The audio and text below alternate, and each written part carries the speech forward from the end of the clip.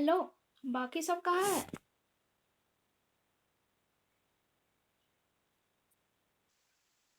Good. हाँ, good. Good afternoon to all. हम्म।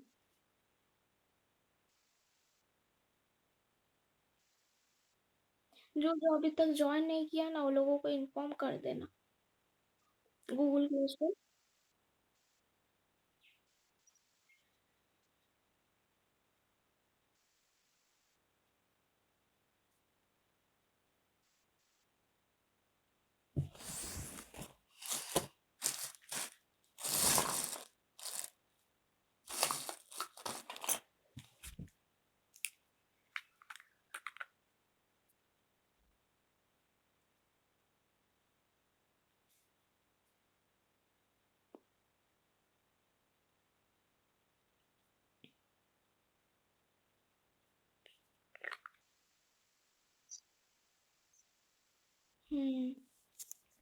बताएंगे आज सब डिटेल। आज बताएंगे डिटेल्स।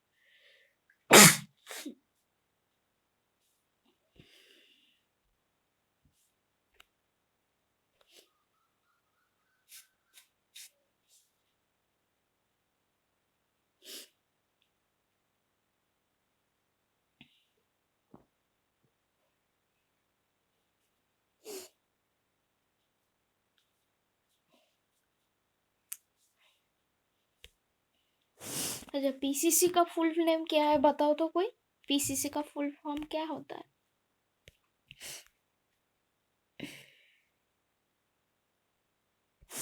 और आरसीसी का फुल फॉर्म क्या है? पीसीसी का पीसीसी का फुल फॉर्म क्या होता है? कौन सा कंक्रीट है? इसको बोलते हैं प्लेन सीमेंट कंक्रीट। ठीक है। पीसीसी का फुल फॉर्म है plane cement concrete. Plane cement concrete. और आरसीसी को क्या बोलते हैं, बताए थे तुम लोगों को।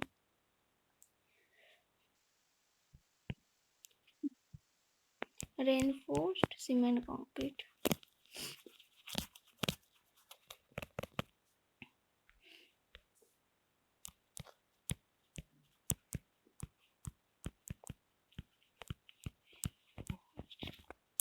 सीमेंट कंक्रीट, ठीक है। और पीसीसी, जो पीसीसी होता है, सपोज कोई पीसीसी है, ठीक है, तो पीसीसी में मेन कौन कौन सा मटेरियल रहता है। पीसीसी किसका किसका मिक्सिंग होता है बताओ।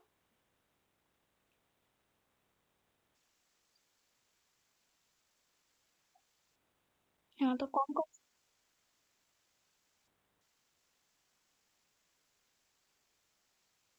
हम्म, बोलो, ठीक बोल रहा हूँ। अरे कौन सा मटेरियल है मेन। सीमेंट। तो पीसीसी में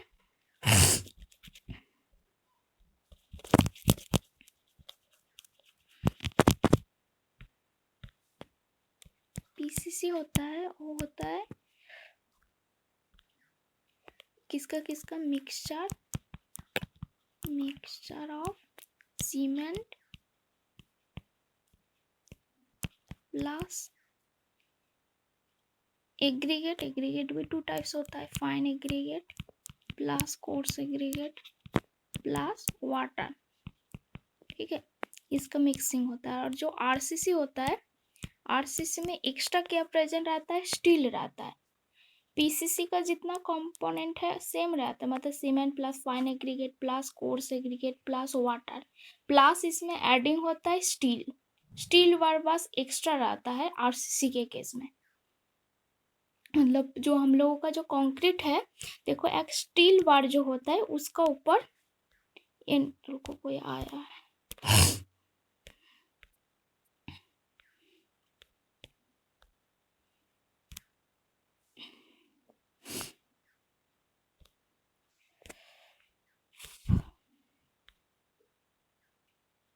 तो पीसीसी में क्या होता है, पीसीसी पे सपोज मेरे पास एक कोई बना हुआ कोई सपोज कोई बीम है, ठीक है, सिंपल कोई ढांचा वगैरह है। तो इसमें जब आप डायरेक्ट जब हम लोग बस कंक्रीट डालते हैं, मतलब उसमें क्या क्या रहेगा present, cement plus aggregate plus water, तो उसको हम लोग बोलते हैं पीसीसी। और जब आरसीसी किसको बोलते हैं, मेरे पास एक्स्ट्रा स्टील बार है, ठीक है, स्टील बार के ऊपर जब हम लोग डायरेक्ट कंक्रीट डालते हैं उसका नाम हो जाता है आरसीसी। आरसीसी का देखो नाम के साथ ही इसका मिक्सिंग है, आरसीसी मतलब रेनफोर्स सीमेंट कंक्रीट। कंक्रीट रहेगा प्लस स्टील बार आता है। जब जो स्टील बार होता है उसके ऊपर जब डायरेक्ट कंक्रीट डाला जाता है उसको हम लोग बोलते हैं आरसीसी, ठीक है। याद रहेगा सबको, ठीक है। तो पीसीसी एंड आरसीसी ये दोनों का कहाँ कहाँ पे यूजेस है, कोई बताओ। पीसीसी हम लोग कहाँ यूज करते हैं।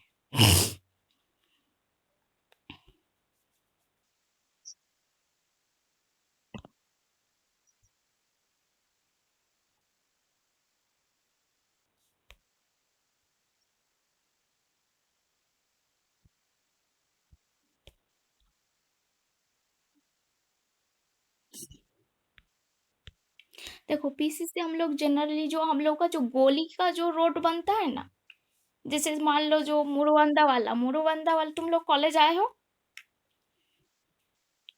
कॉलेज आए हो ना, जो मेन रोड से लेके जो मुरुवंदा तक का जो रोड बना हुआ है, छोटा सा जो गोली का अंदर जो रोड है, वो हम लोगों का पीसीसी में आ जाएगा। क्योंकि उसमें जो हम लोग गोली वगैरह में जो रोड प्रोवाइड करते हैं वो जनरली पीसीसी का ही प्रोवाइड किया जाता है, क्योंकि उसमें कोई हेवी लोड का भी नहीं यूज होता है, तो पीसीसी का रोड बना देते हैं, तो रोड में यूज होता है। तो और एक तुम्हारा जो आरसीसी होता है, आरसीसी जो हम लोगों का जो बिल्डिंग में बीम कॉलम स्लैब ये सब में हम लोग सारा आरसीसी का ही यूज करते हैं, ठीक है। तो हम लोगों का आरसीसी का किस लिए हम लोग यूज करेंगे, क्या इसका सिविल इंजीनियरिंग इम्पोर्टेंस क्या है, आरसीसी हम लोग किस लिए यूज करेंगे। मतलब इसका एडवांटेजेस क्या होता है? कोई बता पाओगे एडवांटेजेस?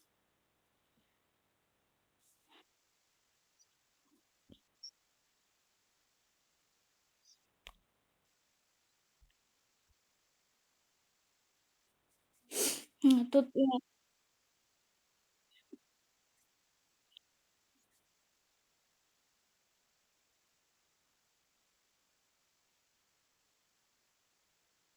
हाँ, वो तो है। और आरसीसी का बहुत सारा उसका प्रॉपर्टीज भी होता है। मतलब क्या है ना, जो आरसीसी होता है उसका जो स्ट्रेंथ होता है पीसीसी से ज्यादा हाई होता है। इसका स्ट्रेंथ है तो RCC is the very good strength in the tension as well as the compression, क्योंकि हम लोग इसमें एक्स्ट्रा स्टील प्रोवाइड कर रहा है। तो इसी वजह से इसका टेंशन वाले प्रॉपर्टीज भी इंक्रीज होता है। उसके बाद नेक्स्ट जो आता है ना, ये बहुत ज़्यादा दिन ड्यूरेबल होता है। मतलब ये 100 ईयर्स तक इसको हम लोग यूज कर सकते हैं, ड्यूरेबिलिटी रहता है इसका ज़्यादा।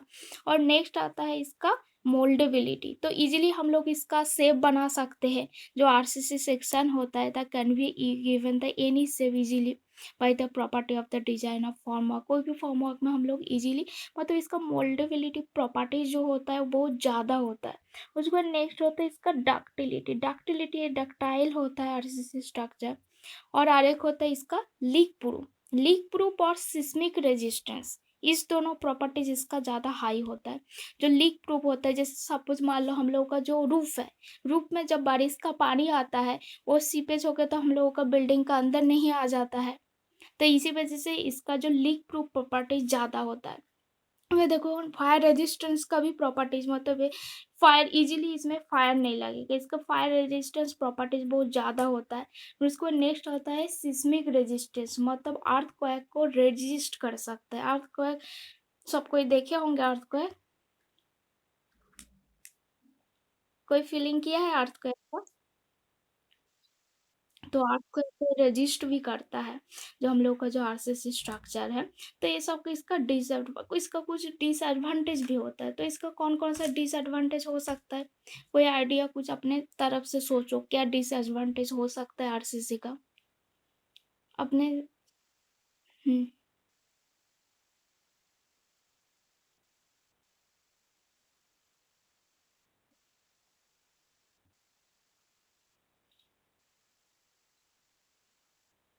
और क्या?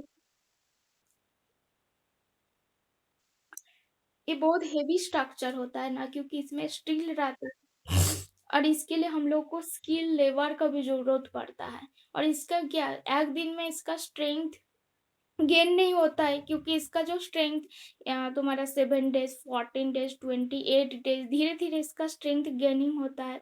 तो स्ट्रेंथ गेनिंग होता है इसका टाइम के साथ गेन होता है। तो हम लोगों को उसके लिए ज़्यादा टाइम का ज़रूरत पड़ता है। एक दिन में हम लोगों का बना के उसके ऊपर उसमें रह नहीं सकते हैं। इसका ये डिसएडवांटेज होता है। टाइम के साथ इसका स्ट्रेंथ इंक्रीज होता है। ठीक है। और इसका हमने ग्रेड भी बताए थे, तुम लोगों को बताए थे कौन कौन सा ग्रेड ऑफ कंक्रीट होता है। अच्छा, तुम लोगों को एक बता देते, तुम लोगों को जो ये जो डिजाइन है ना आरसीसी का, उसके लिए जो कोड का जरूरत है वो IS 456-2000 है। इसी का हिसाब से हम लोग सारा डिजाइन करेंगे। IS 456-2000 इसको हमने डाउनलोड करके तुम लोगों को शेयर कर देंगे गूगल क्लासरूम में। ठीक है। IS 456-2000 है। इसी कोड का हेल्प से हम लोगों को बीम का, स्लैब का, टी बीम का, कॉलम का, सबका डिजाइन करना है। तो हम बताए थे तुम लोगों को ग्रेड ऑफ कंक्रीट बताए थे। तो ग्रेड ऑफ कंक्रीट क्या होता है?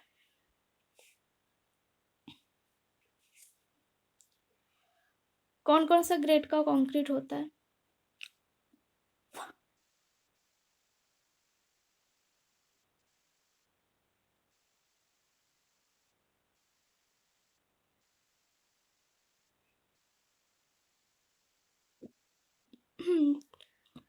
तो अप टू 80 तक भी हो सकता है। तो आईएस कोड ने क्या किया, ये सारा ग्रेड को 3 टाइप्स में डिवाइड किया है। तो कौन कौन सा किया है? Ordinary grade of concrete, standard grade concrete and high strength grade concrete. तो 3 टाइप्स में इसको डिवाइड किया है। तो ऑर्डिनरी कंक्रीट में इसमें जब अकॉर्डिंग टू IS 456-2000 में है, तो पेज नंबर तुम्हारा 16 पेज में दिया हुआ है। इसका एक टेबल बना हुआ है IS 456 2000 का। हमने आज अपलोड कर देंगे तुम लोगों का IS कोड भी। तो M10 से लेके M20 तक जो ग्रेड है, इसमें देखो M10 मतलब इसका कितना कंप्रेसिव स्ट्रेंथ होना चाहिए, 10 N/mm²। M15 तो इसका कंप्रेसिव स्ट्रेंथ 15 N/mm²। तो M20 इसका कंप्रेसिव स्ट्रेंथ 20 N/mm²। तो इसी हिसाब से स्टैंडर्ड कंक्रीट भी होता है, जो स्टैंडर्ड कंक्रीट जो है M25 से लेके M50 तक का। बट हम लोगों का जो RCC है ना, RCC में minimum grade of concrete M20 होता है फॉर RCC। ये इम्पोर्टेंट पॉइंट है, कभी कभी शॉर्ट क्वेश्चन में भी आ जाता है। For the RCC the minimum grade of concrete M20। ठीक है, M20 का नीचे वाले कंक्रीट को हम लोग RCC में यूज नहीं करेंगे, तुम लोग नोट कर लो। उसके बाद नेक्स्ट आता है देखो high strength concrete. High strength concrete IS code ने बताया M60 से लेके M80 तक का जितना कंक्रीट होगा सारा का सारा हाई स्ट्रेंथ कंक्रीट में आ जाएगा। बट देखो बस M30 से लेके M25 तक मतलब तुम सपोज तुम लोगों को बताए थे कौन सा वाला ग्रेड से हम लोग डिजाइन मिक्स करते हैं। मिक्सिंग 2 टाइप्स होता है। ये जो M5 है, M5 इसका मीनिंग किंग M10 इसका मीनिंग क्या होता है, M क्या होता है, तुम लोगों को बताए थे M क्या होता है।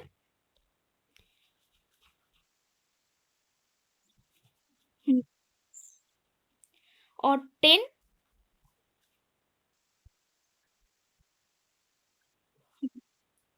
कितना का कंप्रेसिव स्ट्रेंथ है उसको हम लोग बोलते हैं। तो M जो मिक्सिंग है, मिक्सिंग का भी 2 टाइप्स होता है, हमने बताए थे। जो मिक्सिंग होता है M फॉर मिक्सिंग, तो मिक्सिंग कितना टाइप्स होता है, 2 टाइप्स। एक होता है नॉमिनल, बोलो, नॉमिनल और डिजाइन मिक्स। ठीक है, तो नॉमिनल मिक्स किसको बोलते हैं और डिजाइन मिक्स किसको बोलते हैं।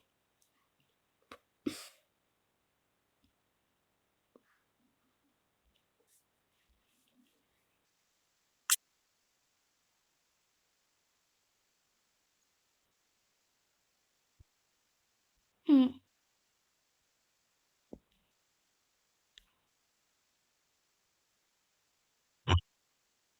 हम्म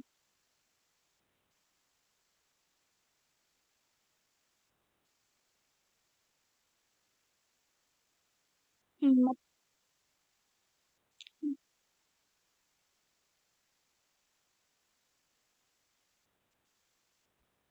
हाँ, तो ये जो नॉमिनल मिक्स होता है पहले से प्री डिटरमाइन होता है। प्री डिटरमाइंड मतलब पहले से हम लोग का कोड में वैल्यू दिया हुआ है। जैसे M5 का देखो 1:5:10, इसको हम लोग चेंज नहीं कर सकते।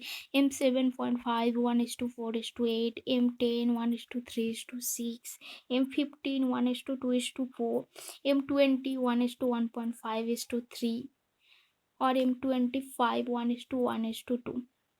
बट डिजाइन मिक्स हम लोग किसके लिए करते हैं, जब हम लोग डिजाइन मिक्स में क्या होता है, इसका जो प्रोपोर्शन है इसको हम लोग मॉडिफाइड कर सकते हैं।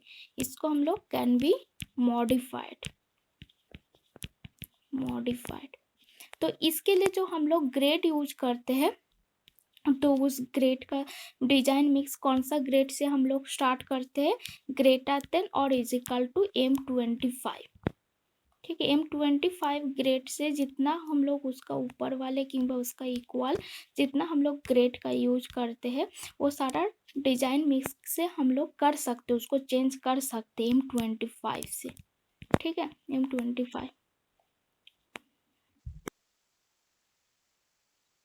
हाँ M25 से ज्यादा और इक्वल टू। नहीं, उसको भी M25 को भी हम लोग मॉडिफाई कर सकते हैं, ऐसे IS कोड ने बताया है।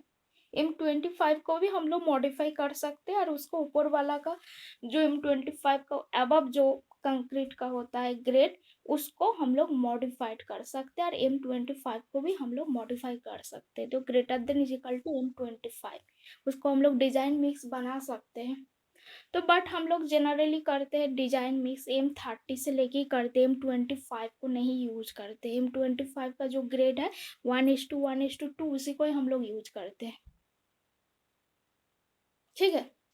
तो डिजाइन मिक्स हम लोग M30 से ही करते, जो जनरल हम लोग यूज करते, बस IS कोड ने ऐसे बताया है, बट वो नहीं यूज किया जाता है M25 को। M30 का अबव भी हम लोग डिजाइन मिक्स को बनाते हैं। तो M30 का जो अबव वाला जो जितना ग्रेड हो गया, जैसे M30, M35, M40, तब सबका हम लोग डिजाइन मिक्स करते हैं, ठीक है। तो इसका वाला हो गया है ग्रेड वाला कंक्रीट, और क्या बाकी रह गया। हाँ, इसका टेस्टिंग ऑफ द कंक्रीट। तो कॉम्प्रेसिव स्ट्रेंथ टेस्टिंग हम लोग कैसे करते हैं?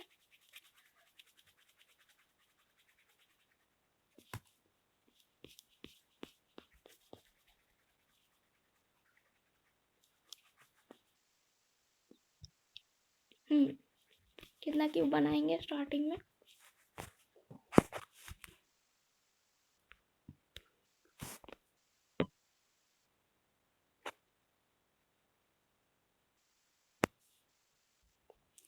नहीं, हम लोग पहले 6 क्यूब बनाएंगे। 6 क्यूब में 2-2 करके हम लोग यूज करेंगे, 2-2 करके। किंबा हम लोग तो सपोज 3 क्यूब को हम लोग 7 डेज में टेस्ट कर लिए, और 3 क्यूब को हम लोग 28 डेज में टेस्ट कर लिए, तो उसका हिसाब से हम लोग बनाएंगे। तो हम लोग को जो क्यूब का जो डायमेंशन कितना होता है, क्यूब का जो डायमेंशन होगा कितना होगा इसका डायमेंशन?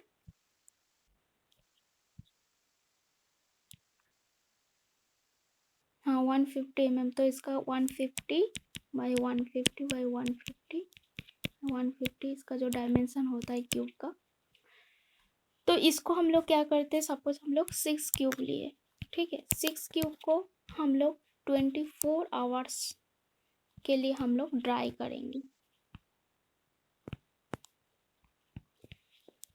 पहले तो हम लोग क्यूब में मटेरियल भर लेंगे, उसके बाद 24 आवर्स के लिए उसको छोड़ देंगे। उसके बाद जब 24 आवर्स के बाद उस क्यूब को हम लोग निकाल के, उसके बाद क्यूरिंग के लिए जो चेम्बर होता है उसमें डाल देते हैं। उसके बाद नेक्स्ट हम लोग क्या करते हैं, क्यूरिंग करते हैं। क्यूरिंग करते हैं ना।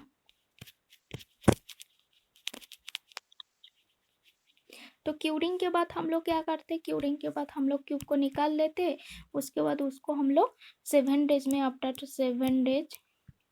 7 डेज में हम लोग 3 क्यूब को टेस्टिंग करते हैं।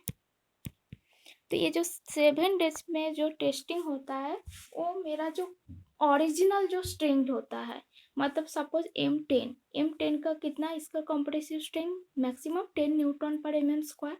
तो इसका 70% आसपास इसका स्ट्रेंथ शो करना चाहिए। मतलब 7 डेज बाद हम लोग जब टेस्टिंग करेंगे, और ओरिजिनल जो स्ट्रेंथ होता है कंप्रेसिव स्ट्रेंथ, उसका 70% मेरा स्ट्रेंथ शो होना चाहिए। 70% शोइंग स्ट्रेंथ, ठीक है, याद रहेगा।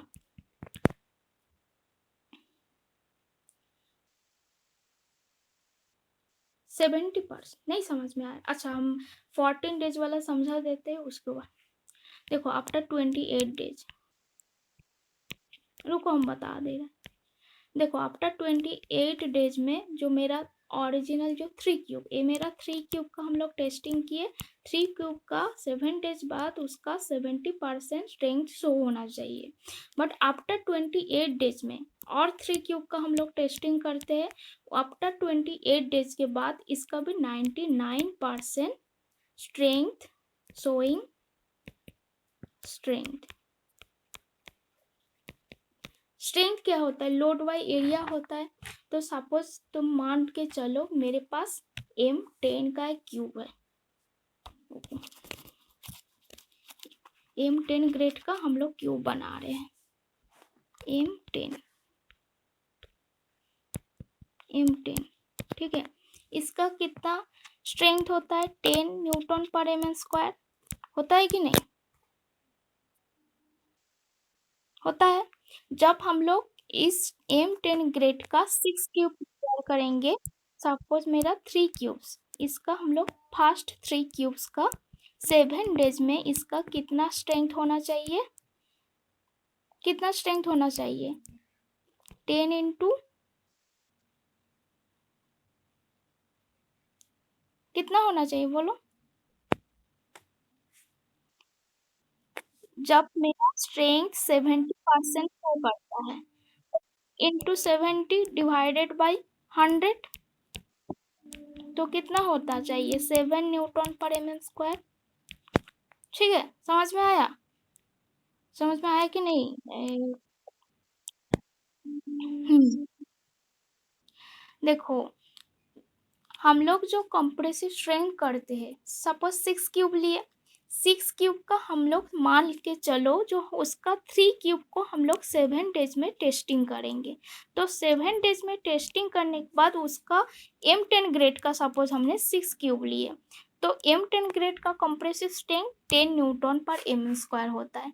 तो 10 न्यूटन पर एम स्क्वायर होता है। हम लोगों को बोला है आईएस कोड ने, जो आफ्टर 7 डेज में जो मेरा स्ट्रेंथ होगा क्यूब का 70% शो करना चाहिए उसका जो ओरिजिनल स्ट्रेंथ होता है। तो ओरिजिनल स्ट्रेंथ इसका कितना है? 10 न्यूटन पर एम स्क्वायर।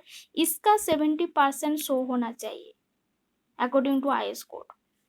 7 डेज के बाद जब सेम क्यूब, सपोज मेरा 3 क्यूब, उसको हम लोग 28 डेज बाद पानी से निकाले, पानी से निकालने के बाद जो हम लोग स्ट्रेंथ टेस्टिंग करेंगे, तो उसका जो स्ट्रेंथ का जो वैल्यू 99% का आसपास उसका स्ट्रेंथ शो होना चाहिए आफ्टर 28 डेज बाद।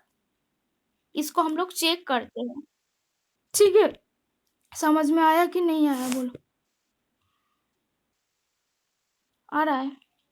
तो इसका कितना होगा? जो मेरा 10 है, 10 इंटू 90 डिवाइडेड बाई 100 हो जाएगा।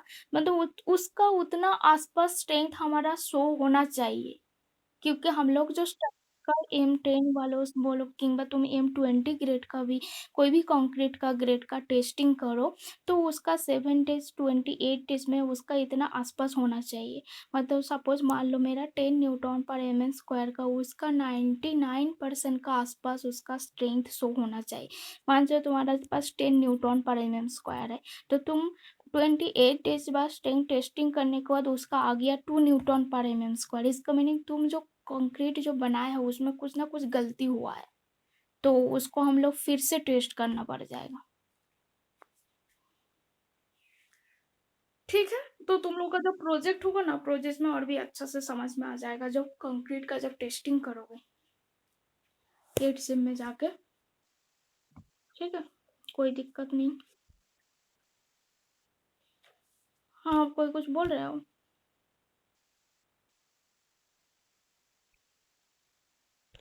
है लैब, बस तुम लोग का इसमें क्या है, तुम इस लैब में क्या होता है ना, तुम लोग का जैसे 3 डेज 7 डेज में जैसे तुम रिलेशन करोगे, एक लैब में बस क्यूब का टेस्टिंग करके वो निकाल देता है।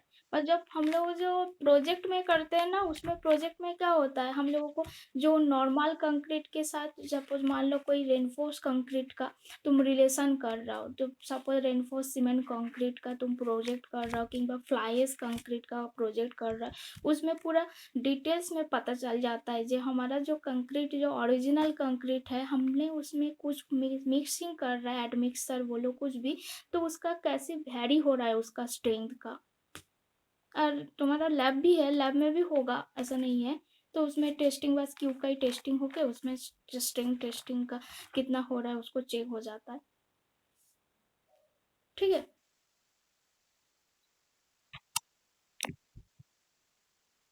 हम्म, इसका आसपास हो जाता है, जो ओरिजिनल यही होगा ही नहीं, तो तुम्हारा 95% भी आ सकता है 7 डेज के बाद। बट तुम्हारा 2% जैसे मान लो 28 डेज के आसपास, मतलब 2% होना नहीं चाहिए। मतलब सपोज मान लो तुम 10 न्यूटन पर एम स्क्वायर का टेस्टिंग कर रहा हो, तुम्हारा 28 डेज में 2 न्यूटन पर एम स्क्वायर आ गया, तो उसको हम लोग वैरी नहीं करेंगे। मतलब 80 से 99% का बीच में हो जाना चाहिए। 99% का आसपास हो गया तो 99% ही आ गया, तो इसका मीनिंग तुम मान लो तुम्हारा जो टेस्टिंग है बहुत सफिशिएंट हुआ है, कोई गलती नहीं हुआ है।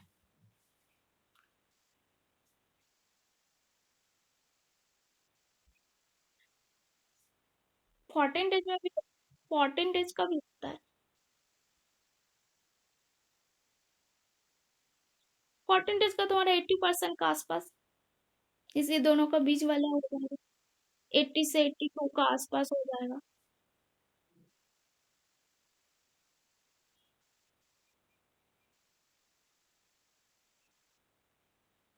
28 डेज में 99% का आसपास हो जाना चाहिए। 90 से 99 का बीच में भी आएगा तो कोई दिक्कत नहीं है उसमें, वो चल जाता है, पास हो जाता है। ठीक है। नेक्स्ट आते हैं एक्सेप्टेंस क्राइटेरिया। देखो हम लोग जो इंडिया में जनरली जो यूज करते हैं ना, क्यूब का यूज करते, बट वो जो बाहर वगैरह जो कंट्री में वो लोग क्यूब का टेस्टिंग नहीं करते, वो लोग सिलेंडर का टेस्टिंग करता है। तो हम लोगों के इंडिया में वो सब क्यूब का ही टेस्टिंग होता है। तो क्यूब का जो हम लोग टेस्ट करते हैं according to IS 456 page number 29 पे दिया है, एक होता है एक्सेप्टेंस क्राइटेरिया। तुम लोग देख लेना इस कोड का। जो हम लोग जो क्यूब का टेस्टिंग होता है, जो क्यूब का जो स्ट्रेंथ होता है वो ग्रेटर देन होता है सिलेंडर स्ट्रेंथ का। तो ये किस लिए होता है?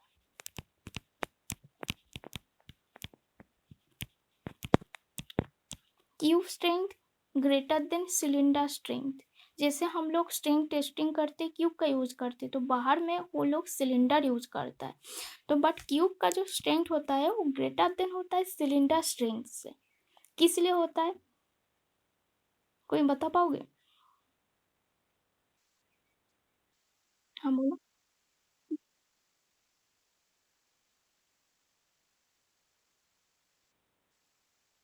नहीं, इसका रीजन नहीं नहीं नहीं। देखो क्यूब का कितना डायमेंशन होता है, 150 बाई 150 बाई 150 का होता है कि नहीं? सपोज ये मेरा लेंथ है L और ये मेरा R है, ठीक है। तो cylinder due to slenderness ratio में जो क्यूब के केस में जो L/R का जो रेशियो होता है वो 1 होता है, ड्यू टू स्लेंडरनेस। रुको इसको नीचे लिखते हैं।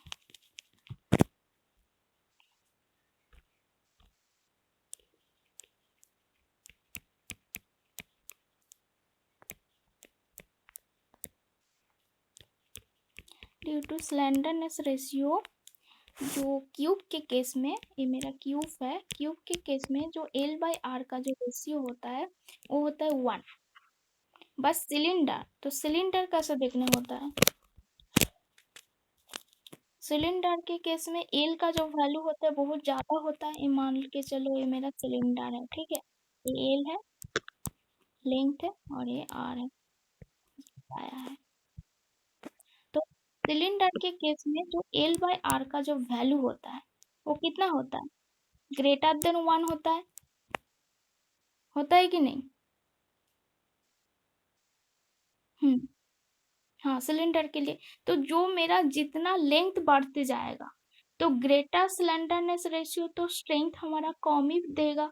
जब स्लेंडरनेस रेशियो जब ज्यादा होता है तो हम लोगों को स्ट्रेंथ कम प्रोवाइड करेगा ना, क्योंकि वो लंबा में बढ़ रहा है। तो उसका स्ट्रेंथ मेरा क्यूब का जितना स्ट्रेंथ रहता है उससे तो कम ही होगा सिलेंडर का। तो हम लोग जब स्लेंडरनेस रेशियो जब ग्रेटर होता है तो स्ट्रेंथ मेरा कम देता है। तो greater slenderness ratio strength is less, इसको हम लोग लिख सकते हैं कि नहीं? ग्रेटर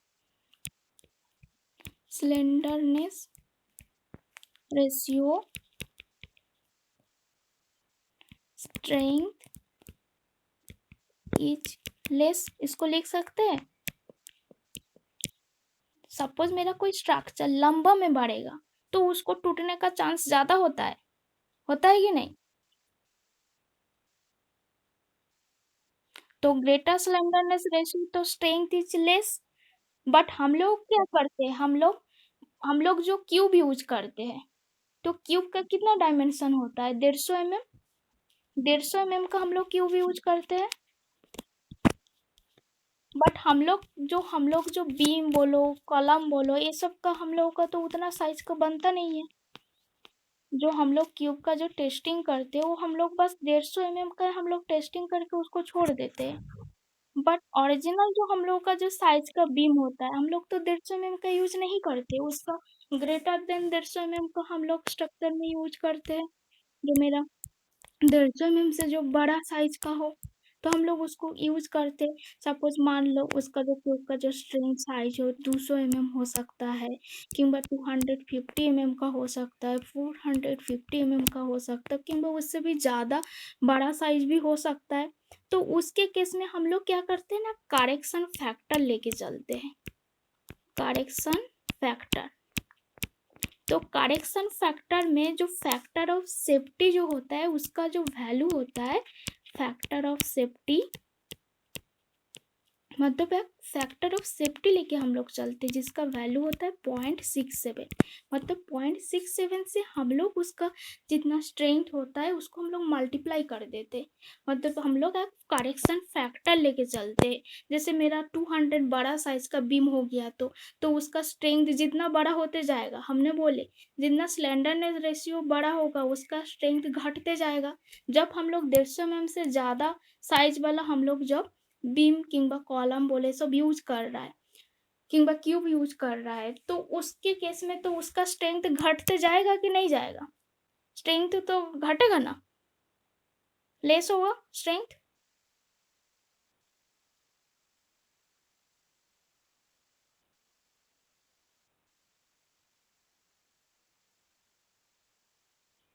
आर्ट तो छोटा है साइज में, रेडियस तो छोटा है ना।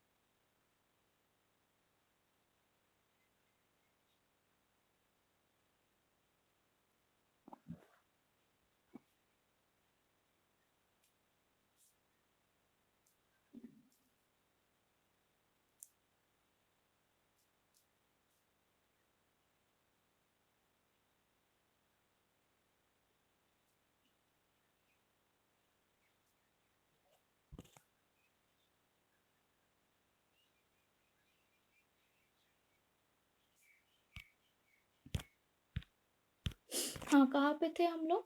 Correction factor. तो करेक्शन फैक्टर क्या होता है, जब हम लोग असली जो हम लोग 150 mm का किंबा 200 mm का हम लोग नहीं यूज करते, तो हम लोग क्या करते हैं उसमें हम लोग को बड़ा साइज वाला जैसे बीम बनाना हो, कॉलम बनाना हो, वो सब का हम लोग क्या होता है बड़ा साइज का होता है, वो लंबा में बड़ा होता है। इसका मीनिंग क्या है, उसका सिलेंडर रेशियो बड़ा होता है क्योंकि वो सिलेंडर वाला शेप में रहता है ना। सपोज कॉलम बोलो बीम बोलो, तो उसके केस में क्या होता है, जब उसका लेंथ बढ़ रहा है 200 mm, 250, 400, 450 mm, जब बड़ा साइज का उसका लेंथ बढ़ रहा है, इसका मैंने उसका सिलेंडरनेस रेशियो इंक्रीज है। जब स्लेंडरनेस रेशियो इंक्रीज हो रहा है तो उसका स्ट्रेंथ घटता है। तो उसके चलते हम लोग क्या करते हैं, करेक्शन फैक्टर यूज कर लेते हैं। करेक्शन फैक्टर का हम लोग यूज करते हैं। तो उसका कितना वैल्यू होता है, जो फैक्टर ऑफ सेफ्टी भी बोला जाता है, उसको हम लोग क्या बोलते हैं, फैक्टर ऑफ सेफ्टी। तो उसका क्या वैल्यू होता है, वो होता है 0.67। ठीक है, समझ में आया कुर्मू कम्बू का? ठीक है, तो ये तो हो गया हम लोगों का कंप्रेसिव स्ट्रेंथ वाला। कंप्रेसिव स्ट्रेंथ हम लोग कैसे यूज करते हैं, अरे होता है कंक्रीट का ना फ्रैक्चर स्ट्रेंथ भी हम लोग टेस्टिंग करते हैं। अच्छा, फ्रैक्चर स्ट्रेंथ क्या होता है, उसका किसका टेस्टिंग होता है फ्रैक्चर में? देखो, फ्रैक्चर में हम लोग बीम का टेस्टिंग करते हैं। तो हम लोग किस लिए करते हैं, हम बस तुम लोग शॉर्ट में इसको याद रखो।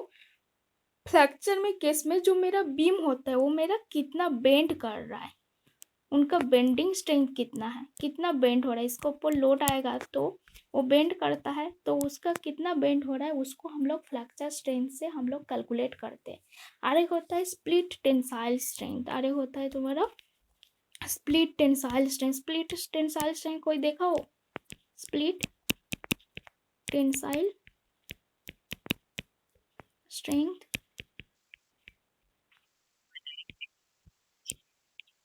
हाँ, उसको हम लोग डायरेक्ट निकालते हैं। तो उसमें क्या होता है, हम लोग अपना सिलेंडर बना के उसको दो साइड में हम लोग लोड देते हैं। सिलेंडर मतलब इस तरफ हम लोग सीधा रख देते हैं इधर में, और मशीन जो कंप्रेसिव स्ट्रेंथ टेस्टिंग मशीन है ना, उसका बीच में हम लोग रख के उसका जो ऊपर में हम लोग लोड देते हैं। तो ये जो लोड देने की वजह से उसका जो स्प्लिट टेंसाइल स्ट्रेंथ का जो वैल्यू आता है वो होता है 2p/πdl होता है, जिसमें p होता है लोड होता है, d डायमीटर होता है, l लेंथ होता है कितना सिलेंडर की ब्लॉक का उसका कितना लेंथ है, उस हिसाब से हम लोग स्प्लिट टेंसाइल स्ट्रेंथ को हम लोग कैलकुलेट करते। तो इतना सारा उसका स्ट्रेंथ टेस्टिंग होता है, कोई भी आरसीसी बोलो पीसीसी का सारा स्ट्रेंथ टेस्टिंग होता है। तो उसके बाद हम लोग नेक्स्ट आ जाते हैं, इसको बता देते हैं, इलास्टिक मॉडुलस। अच्छा, इलास्टिक मॉडुलस तुम होंगे, इलास्टिक मॉडुलस, हाँ बोलो।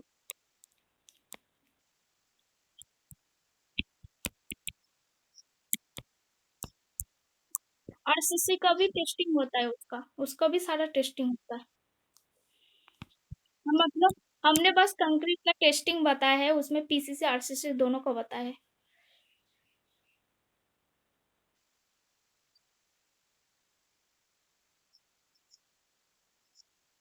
नहीं, आरसीसी का भी हमने बता रहे हैं स्ट्रेंथ का टेस्टिंग। हाँ, सारा का हम बता रहे हैं। जो फ्रैक्चर स्ट्रेंथ का जो वैल्यू होना चाहिए वो 2p/πdl होता है, दोनों का हमने बता रहे। हाँ हाँ, सेम होता है उसका।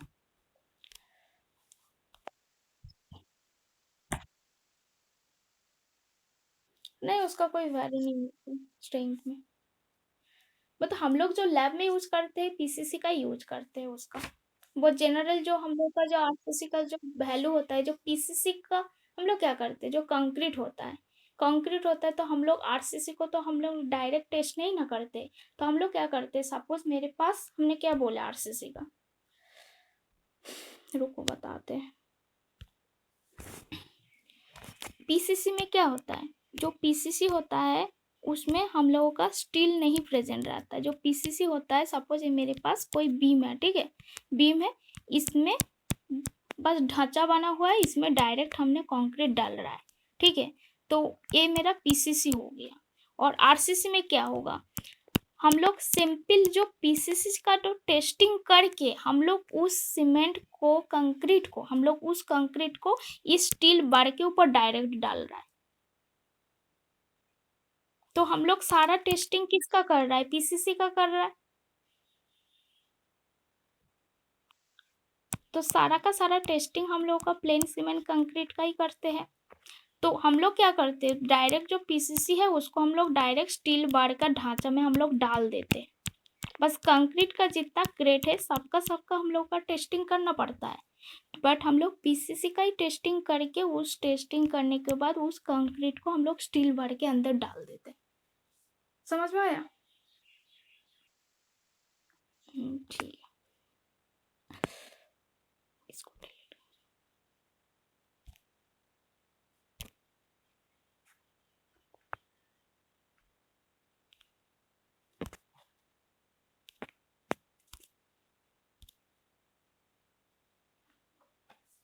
उसका नेक्स्ट आता है इलास्टिक मॉड्यूलस। तुम लोग इलास्टिक मॉड्यूलस तो किए होंगे ना?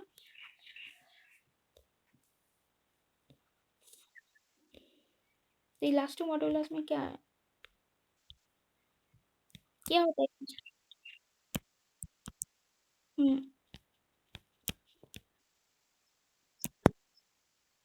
इसको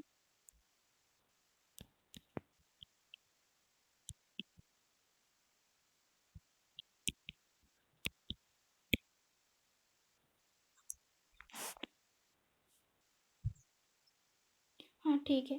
तो कंक्रीट का जो इलास्टिक मॉडुलस होता है उसका जो वैल्यू होता है जो आईएस कोड में दिया है उसका जो वैल्यू होता है 5000 रूट एफ सी के होता है। तो एफ सी के क्या होता है, कोई ब, कोई बताओ? एफ सी के को हम लोग क्या बोलते हैं? एफ सी के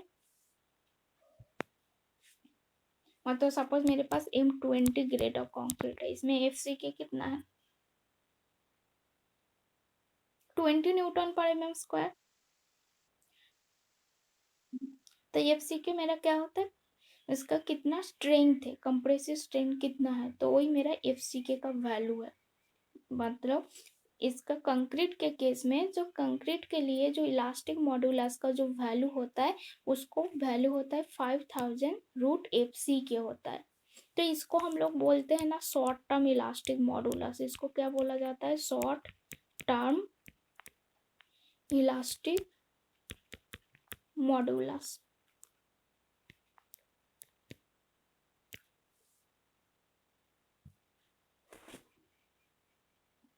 पर लॉन्ग टर्म इलास्टिक मॉड्यूलस किसको बोलते हैं?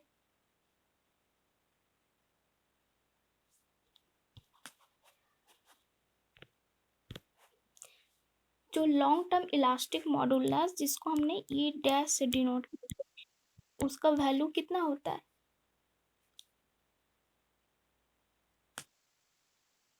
तो उसका जो वैल्यू होता है ई डिवाइडेड बाय होता है 1 + थीटा। ठीक है, तो ई क्या होता है? ई मेरा शॉर्ट टर्म इलास्टिक मॉड्यूलस है ई। और थीटा क्या होता है? थीटा को हम लोग बोलते हैं क्रीप कोएफिशिएंट बोला जाता है, क्रीप कोएफिशिएंट।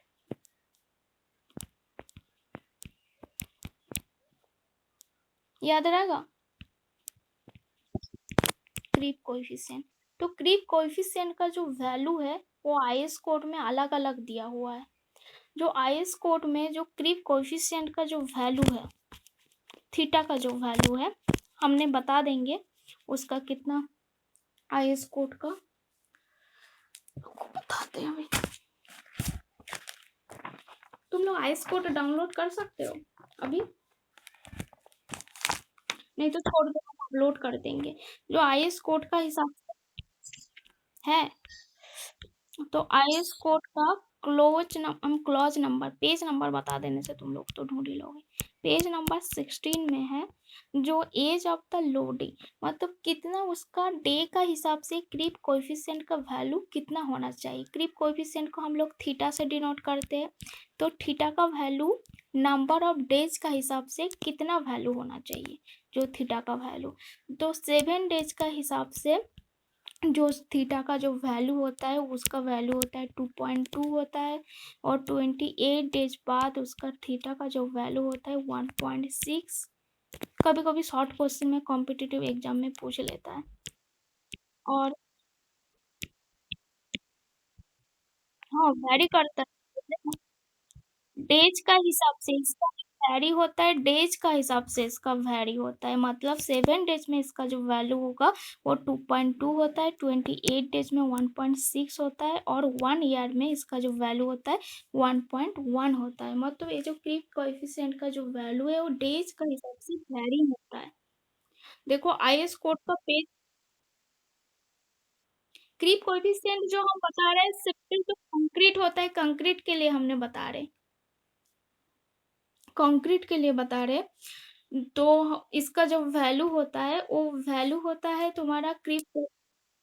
हाँ,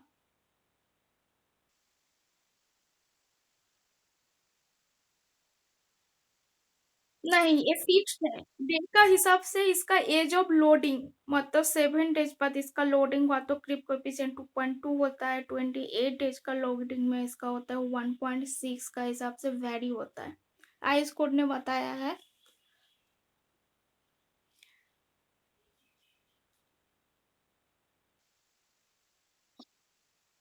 अच्छा हमको बताओ क्रीप पहले बताओ, क्रीप पहले पहले बताओ मुझे क्रीप क्या होता है।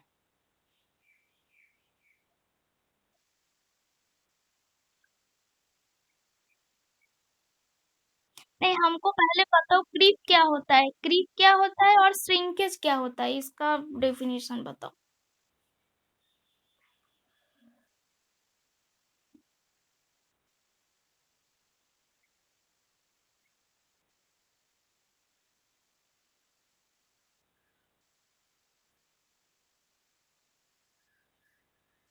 क्या डिफॉर्मेशन किसका होता है, बीम का होता है कि नहीं?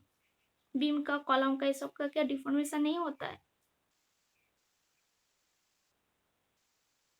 तो किसी का भी क्रीप हो सकता है। जो क्रीप क्या होता है, जब हम लोग सपोज मेरे पास कोई बीम है, बीम है सपोज ये मेरे पास कोई बीम है, मान के चलो बीम है, ठीक है। इसका साइड एक्स साइड में हम लोग लोड प्रोवाइड कर दिए, तो इसमें लोड आने के बाद ये बीम क्या होगा, बीम का डिफॉर्मेशन होगा। तो उसके वजह से क्या होगा, इलास्टिक मॉडुलस का चेंजिंग होगा। जब बीम का डिफॉर्मेशन होता है तब इलास्टिक मॉडुलस का भी तो चेंज होता है। जब ये डिफॉर्म होके थोड़ा शेप इसका ऐसे टेढ़ा जैसा कर लेगा, तो जब ये जो चेंजिंग होता है तो ई का चेंजिंग भी होता है। तो शॉर्ट टर्म इलास्टिक मॉडुलस क्या होता है, E dash is equal to E divided by 1 plus theta. तो ई क्या होता है, ई मेरा इलास्टिक मॉडुलस है, सपोज मान के चलो शॉर्ट टर्म इलास्टिक मॉडुलस है, और ई डेश मेरा लॉन्ग टर्म इलास्टिक मॉडुलस है। तो E divided by 1 plus theta होता है। तो थीटा क्या होता है, क्रीप कोएफिशिएंट, और क्रीप कोएफिशिएंट जो है वो मेरा डेज का हिसाब से इसका चेंजिंग होता है। तो 7 डेज में इसका चेंजिंग होता है, 28 डेज में, 1 ईयर में उसका हिसाब से क्रीप कोएफिशिएंट का वैल्यू चेंजिंग होता है। और कुछ तुमको समझने का जरूरत नहीं, बस इतना ही समझ के रखो, समझे?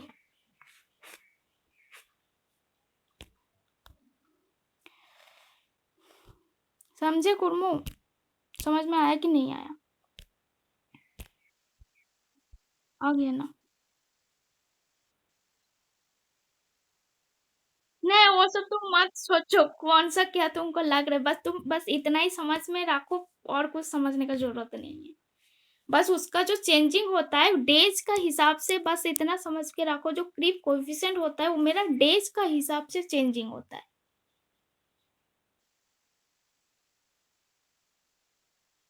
हाँ कोई भी डिजाइन के इसका डेज का हिसाब से इसका चेंजिंग होता है, और कुछ नहीं।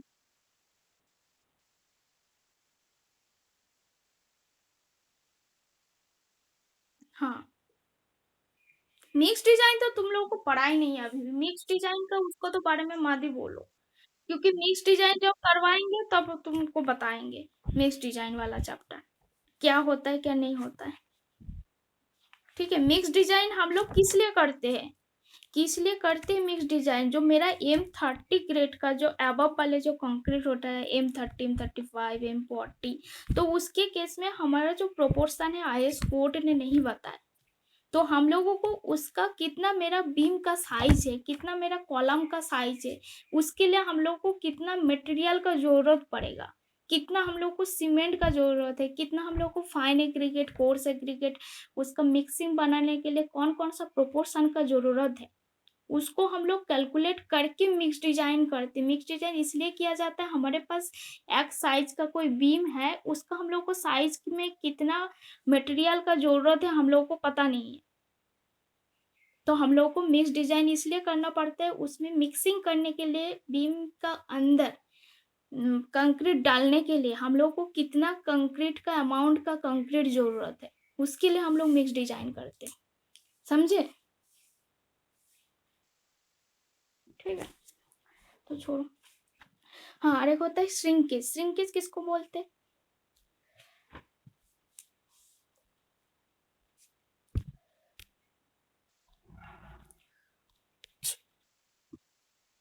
हम्म, तो मतलब वाटर जब हम लोगों का स्ट्रक्चर में जब प्रेजेंट नहीं होता है, उसके वजह से हम लोग का जो स्ट्रक्चर है उसमें सिंकेज होने का चांस बढ़ जाता है।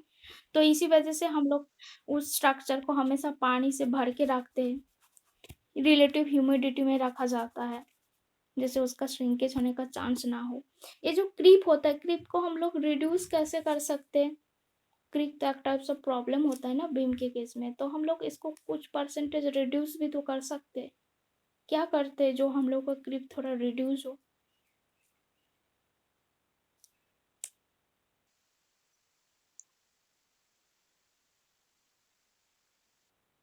तो हम लोग फिनिशिंग वर्क करते हैं ना, तो उसको हम लोग डिले करके फिनिशिंग वर्क करेंगे। सपोज हम लोग फिनिशिंग वर्क में क्या करते हैं, डिले कर सकते हैं फिनिशिंग वर्क, तो हम लोग का जो क्रीप होता है वो थोड़ा रिड्यूस हो सकता है।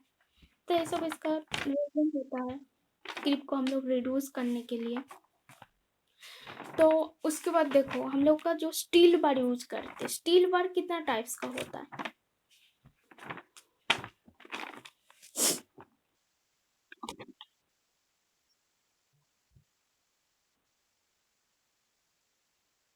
अच्छा, वो नहीं सुने। अच्छा, हमको पहले बताओ यूनिट वेट प्लेन कंक्रीट के लिए कितना होता है और रेनफोर्स कंक्रीट के केस में कितना होता है यूनिट वेट?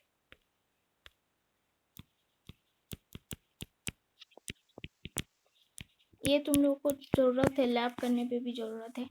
देखो, फॉर प्लेन कंक्रीट के केस में अकॉर्डिंग टू आईएस कोड का हिसाब से जो यूनिट वेट होता है वो होता है 24 किलो न्यूटन पर मीटर क्यूब। याद रहेगा? और इनको, हाँ, 24 किलो न्यूटन पर मीटर क्यूब इसका जो यूनिट वेट होता है। और तुम्हारा, क्योंकि इसको हम लोग को मिक्स डिजाइन जॉब करते हैं, उसको हम लोग जरूरत पड़ता है कितना इसका प्लेन कंक्रीट है ना, मेरा आरसीसी है, तो उसका हिसाब से उसका यूनिट वेट कितना होता है, तो कितना अमाउंट ऑफ कंक्रीट लग रहा है। सपोज हम तुम लोग जब सलाम वैल्यू टेस्टिंग करते हो, करोगे उसका जब लैब में, तो उसके में भी हम लोग इसका यूज होता है, जो प्लेन कंक्रीट के केस में 24 किलो न्यूटन पर मीटर क्यूब। तो मेरा अमाउंट ऑफ कंक्रीट का जब कैलकुलेट होता है उसका केस में हम लोग यूज करते हैं। तो प्लेन सीमेंट कंक्रीट में जो यूनिट वेट होता है वो होता है 24 किलो न्यूटन पर मीटर क्यूब।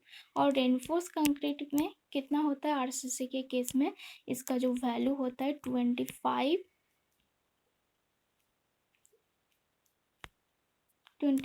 किलो न्यूटन पर मीटर क्यूब। ठीक है, तुम लोग समझ लो, 25 है। ठीक है,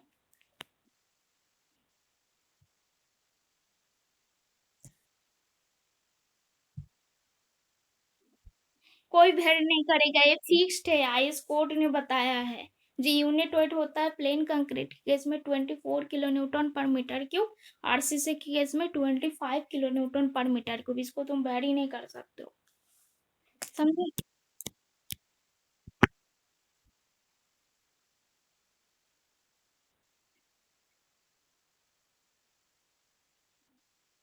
हम्म। हम्म।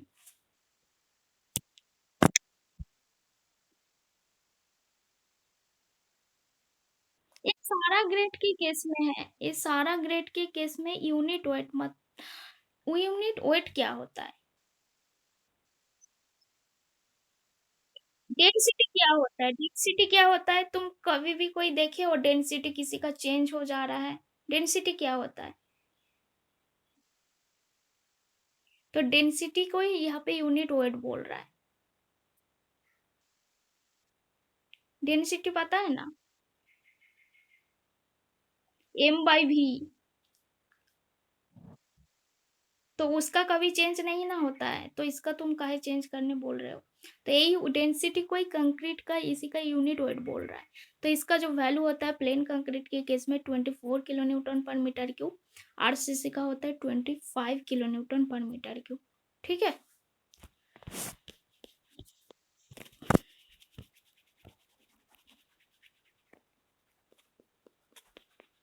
तो हम लोग कितना कितना स्टील का हम लोग यूज करते, तो माइल्ड स्टील का कितना ग्रेड होता है ये इंपॉर्टेंट है माइल्ड स्टील के केस में और HYSD बार के केस। तो माइल्ड स्टील क्या होता है, वो सिंपल एक स्टील बार है, उसका अंदर कुछ नहीं रहता है। तो ये मेरा Fe250 ग्रेड का होता है।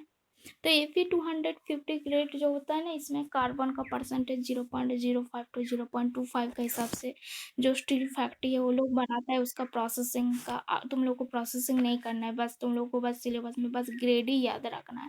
जो माइल्ड स्टील जो होता है उसका ग्रेड होता है Fe250 होता है। उसके बाद नेक्स्ट होता है HYSD बार। इसका जो फुल फॉर्म होता है हाई यील्ड स्ट्रेंथ डिफॉर्म्ड बार बोला जाता है।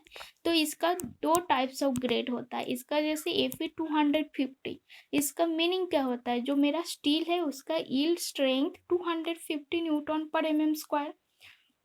तो सेम टू सेम HYSD बार भी होता है, उसका दो ग्रेड का आता है कि मैं कोई कोई वो लोग मतलब Fe415 Fe500 ये सब ग्रेड का भी आता है, और कोई कोई अभी 415D ग्रेड का यूज करता है। जब हम लोग RCC में यूज करेंगे तो मेरा यूज करना है Fe415 ग्रेड और Fe500 ग्रेड। तो ये दोनों ग्रेड का हम लोग यूज करेंगे। Fe415 मतलब जो मेरा स्टील है उसका यील्ड स्ट्रेंथ का जो वैल्यू है 415 न्यूटन पर mm², और Fe जो 500 है उसका जो यील्ड स्ट्रेंथ का जो वैल्यू होता है 500 न्यूटन पर mm² है। ठीक है। उसके बाद नेक्स्ट आता है TMT बार। TMT बार किसको बोलते हैं, उसका फुल फॉर्म क्या होता है?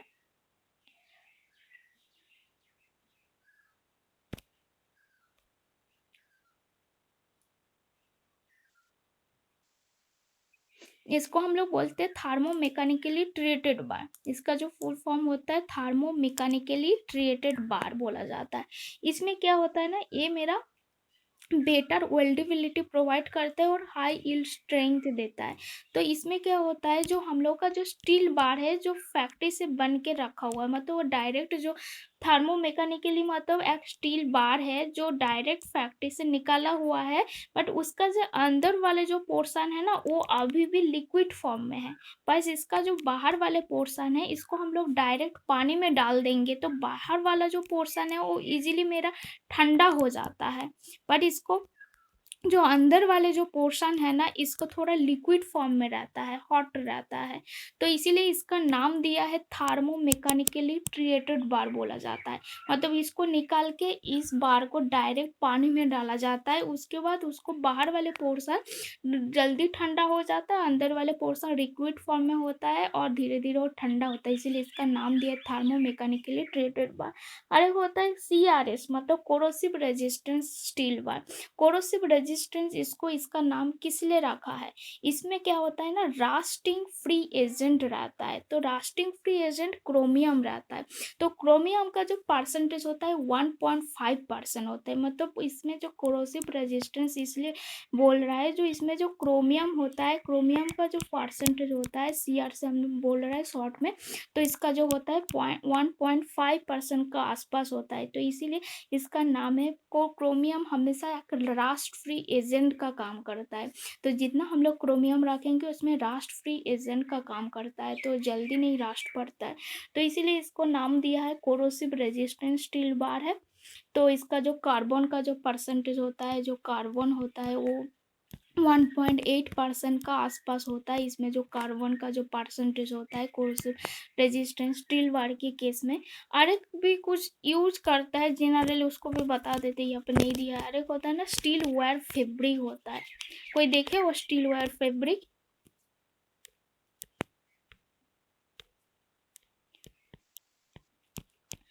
तो स्टील वायर फैब्रिक, तो स्टील वायर फैब्रिक ये जनरली ना यूज होता है वॉल पे, वो थोड़ा ढांचा टाइप देखने होता है, जैसे जाली जाली टाइप होता है। मतलब छोटा छोटा सरू सरू, मतलब ये जो छोटा छोटा जो जाली जाली टाइप, इसको जनरली वॉल पे दिया जाता है, जो वॉल वगैरह में इस ढांचा का यूज होता है जनरली। तो ये जो ढांचा है जनरली माइल्ड स्टील का बनता है। जो यहाँ पे जो स्टील यूज होता है, माइल्ड स्टील यूज होता है। तो ये steel wire fabric generally window वाले पोर्शन पे भी यूज होता है, किंबा वॉल पे भी यूज करता है। तो मतलब इतना सारा टाइप्स का मेरा स्टील बार है। तो हम लोग आरसीसी में जो यूज करते हैं माइल्ड स्टील बार और HYSD स्टील बार, ये दोनों का कॉमन यूजेस है। तो हम लोग जितना डिजाइन करेंगे HYSD स्टील बार और माइल्ड स्टील बार का यूज करके इसका डिजाइन करते हैं। तो नेक्स्ट क्लास में हमने वर्किंग स्ट्रेस मेथड बताएंगे, काली तो क्लास है, ठीक है। किसी को कोई डाउट है? सबको समझ में आ गया? कुंभू कुर्मों का, ठीक है। ये हाँ जरूर दे देंगे। और खुशबू, ठीक है। और बाकी सब पवन, दिवाकर, विकी, विशाल, जोगेश।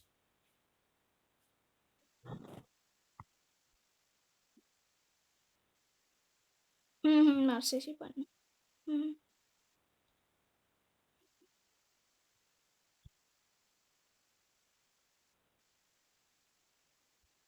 मतलब कॉन्क्रीट स्ट्रक्चर वन तुम लोगों का सिलेबस में यही नाम दिया है, बट वहाँ पे आरसीसी का ही यूजेस है पूरा का पूरा।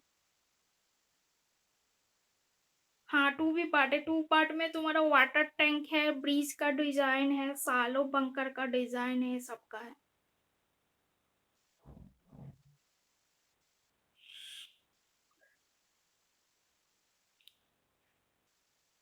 तुम लोग को मार्क्स सब चला गया, हम सब भूल गए, कोई कोई याद नहीं है हमको।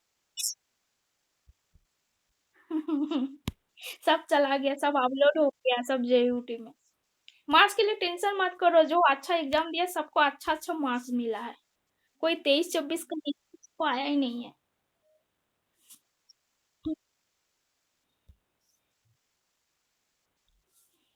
तुम लोग का नोटिस क्या आया?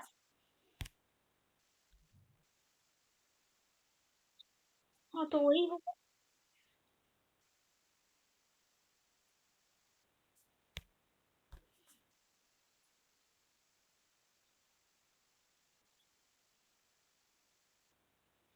हाँ तुम लोग का लैब में तपस्या सर करवा देंगे सब।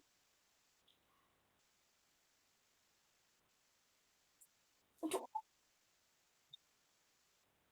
हमको कुछ नहीं पता है इसके बारे में, हम बस तुम लोगों को कुछ क्वेश्चन है तो उसकी आंसर दे सकते हैं।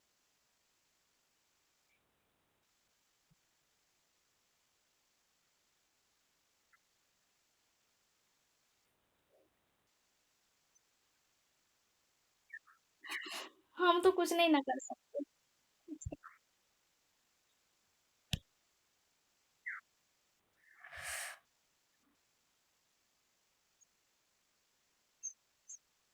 हमने इसके बारे में कोई कमेंट नहीं करेंगे। तुम लोग, हाँ ठीक है। अच्छा, जो जो ऐड नहीं हुआ ना गूगल क्लासरूम में, सबको इन्फॉर्म कर देना ऐड होने के लिए। हम्म। ना, बस रेगुलर का भी क्लास चलेगा, वो लोग का बाद में होगा। हम्म ठीक है, चलो तो क्लोज करते हैं। वेलकम। वेलकम।